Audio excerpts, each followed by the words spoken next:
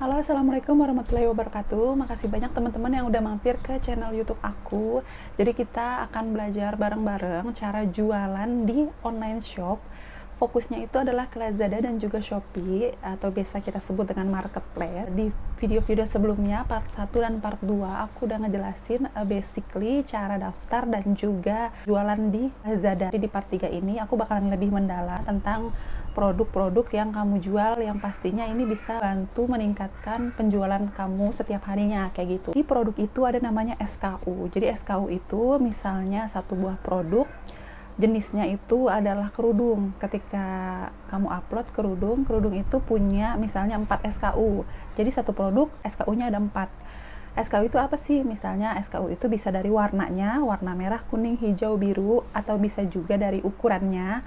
Kamu jualnya hanya kerudung warna hitam, tapi SKU-nya ada kamu ukurannya M, L, XL, dan juga XXL. Ada kerudung yang memang untuk anak sekolah sampai kerudung yang syar'i atau untuk ibu-ibu. Jadi benar-benar ukurannya besar. Disebut SKU. Sekarang gimana sih caranya kita mengoptimalkan SKU tersebut? Yang pertama itu adalah optimalkan judul. Gimana sih cara optimalkan judul? Jadi di setiap produk itu kan ada judul, yaitu di bagian paling atas. Setiap produk itu biasanya ada di paling atas. Judulnya misalnya kalau kamu jualan coklat misalnya, coklat hitam sedikit pahit dan manis dan juga kacangnya ukuran 250 gram. Biasanya kan judulnya seperti itu kan. Misalnya contoh gamis. Kamu kasih nama si gamis itu. Ambil namanya itu dari mana sih? Kamu misalnya cari tempat yang kamu jualan itu. Entah itu di Lazada atau di Shopee, kamu cari keyword, nama-nama yang lagi hits atau yang lagi booming, yang cocok untuk gamis kamu. Misalnya contohnya, kamu ketik di situ tas. Tas kamu lihat yang paling laku itu apa? Tas Vina. Jadi tas Vina ini misalnya lagi laku ya untuk di kategori tas, terjualnya banyak dan juga banyak yang like, banyak yang wishlist, banyak yang nanya, lagi populer lah kayak gitu.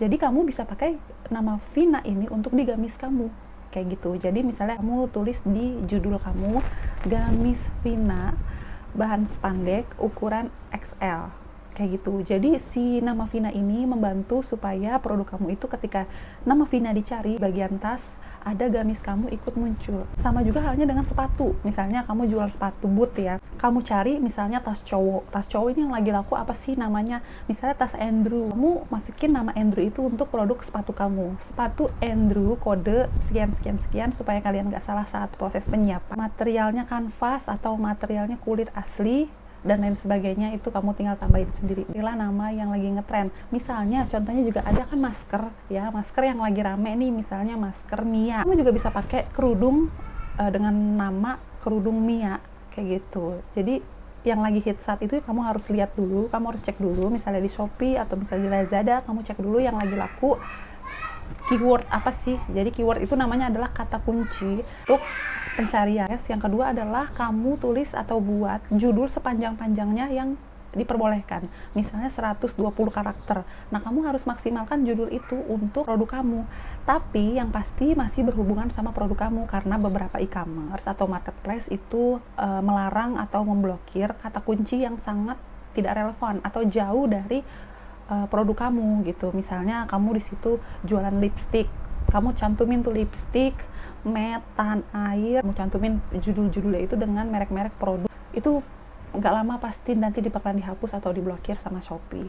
Dan misalnya Lazada juga itu akan minta direvisi untuk diperbaiki di kontennya kayak gitu. Itu yang masih nyambung. Jadi misalnya contohnya gamis ya, kalian buat sepanjang-panjangnya gamis Vina tadi, misalnya gamis Vina bahan spandek edisi lebaran Idul Fitri, bahan nyaman, tidak panas, busui friendly, mudah dipakai saat wudhu dan lain sebagainya, bahannya jatuh, tidak mudah lecek dan lain sebagainya. Kalian buat sepanjang-panjangnya kayak gitu. Dan ini setahu aku kalau sepanjang-panjangnya tapi masih berhubungan dengan produk kita, itu sih nggak masalah gitu. Jadi ketika orang cari gamis lebaran atau gamis Idul Fitri atau gamis yang busui untuk yang lagi busui, itu punya kamu muncul semua.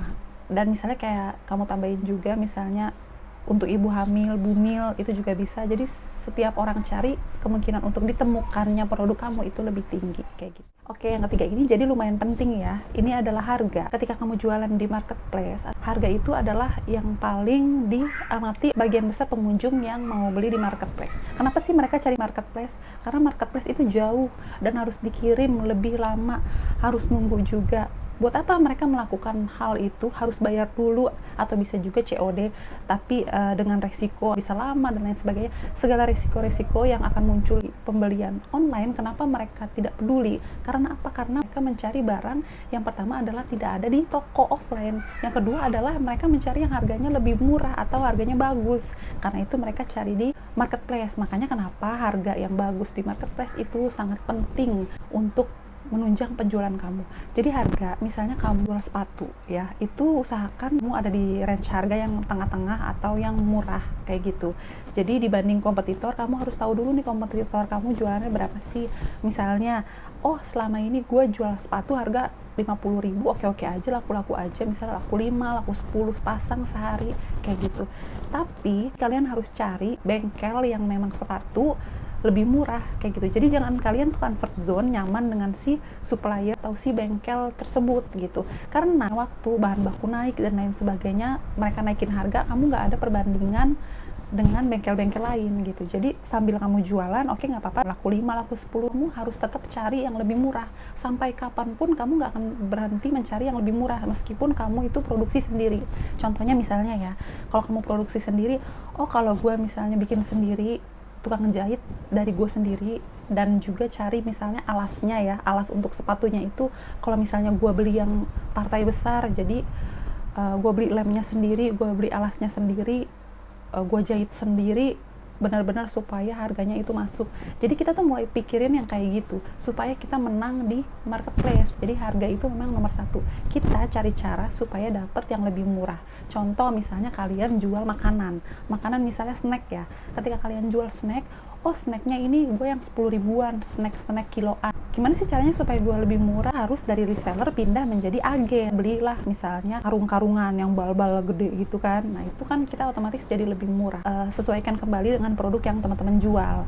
Yang pastinya yang lebih tahu adalah teman-teman sendiri. Sesuaikan dengan kategori produk yang teman-teman jual. Gimana sih caranya supaya gue itu dapat yang lebih murah lagi? Karena pasti ada yang lebih murah. Seller itu jangan pernah berhenti untuk cari modal yang lebih murah.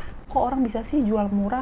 Kok orang bisa cuannya itu tipis banget, sementara gue ngambil segini? Bukan mereka yang cuannya tipis, tapi elunya yang ngambilnya itu terlalu mahal. Untuk semua kategori produk ya, mau bantal, mau selimut atau spray dan lain-lain, kalian pasti lebih tahu caranya supaya modal kalian itu lebih murah. Selanjutnya adalah foto background. Yang dianjurkan oleh setiap e-commerce itu biasanya kan adalah background putih. Jadi ini kalau misalnya kalian pakai background putih, kalian nggak perlu susah-susah edit, nggak ngerti pakai Photoshop atau susah pakai untuk edit foto, kalian cari aja yang online di Google, carinya remove background.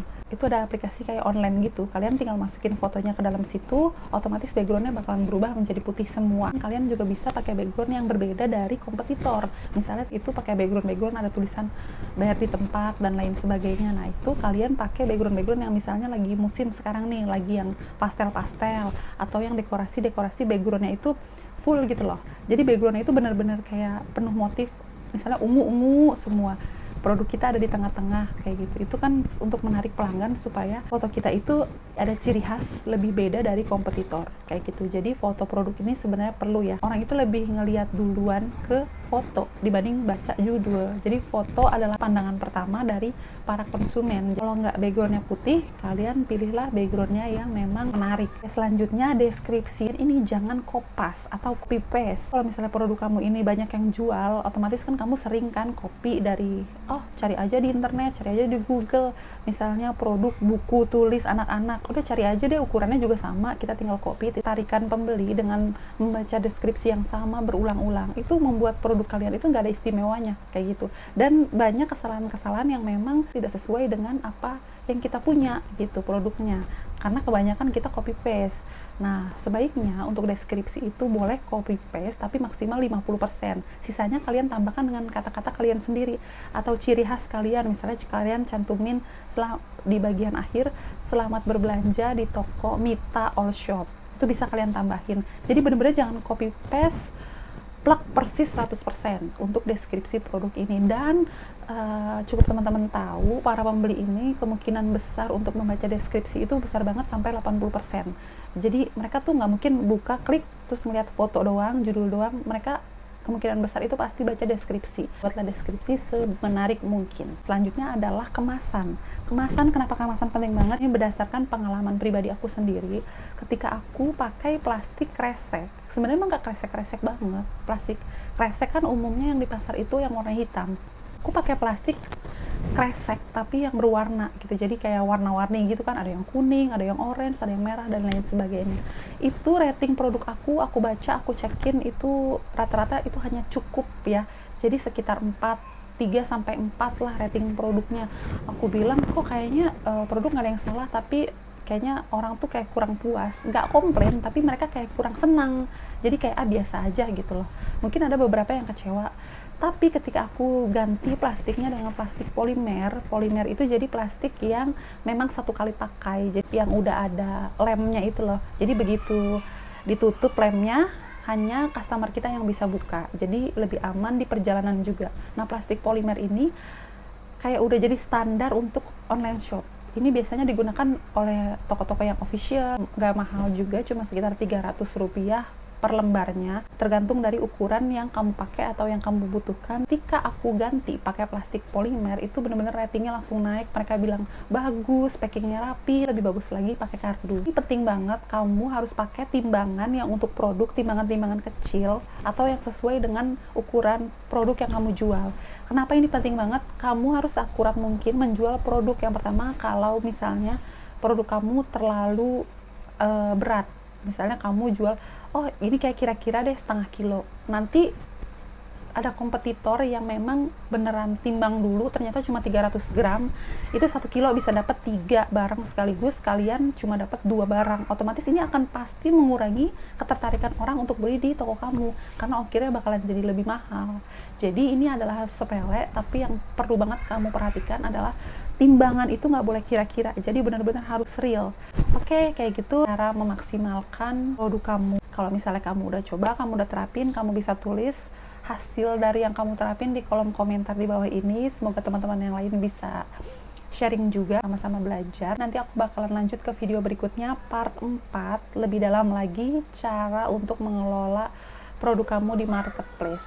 Jangan lupa di like, di komen, dan di subscribe. Oh iya, share juga ke sosial media kamu supaya kita bisa jualan sama-sama, rame sama-sama, dan juga membawa manfaat bagi semua orang yang menonton. Oke, assalamualaikum warahmatullahi wabarakatuh. Bye.